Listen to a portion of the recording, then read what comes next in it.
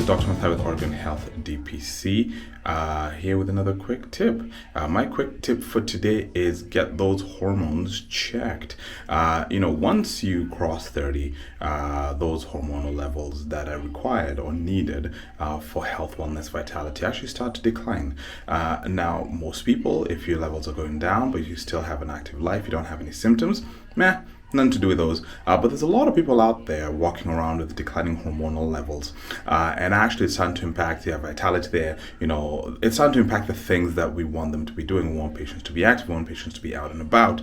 And as those levels start to go down, it starts to become harder on certain people. And so if you're starting to feel that way, one of the things you want to actually get checked is your hormones. You want to look at where your thyroid levels are at. You want to take a look at where your testosterone levels are at, actually for both men and women. In women, you definitely want to take a look at estrogen and progesterone levels and make sure those are optimized. And there's different ways you can actually do that to make sure that your levels are at an optimal level for what your health and wellness goals are, for what your lifestyle is, and for the age at which you're at. If you're curious about kind of how we do that, give us a call over here at Organ Health DPC, 503-506-8500. We'd love to be part of your health and wellness team. Call us and see why we're different.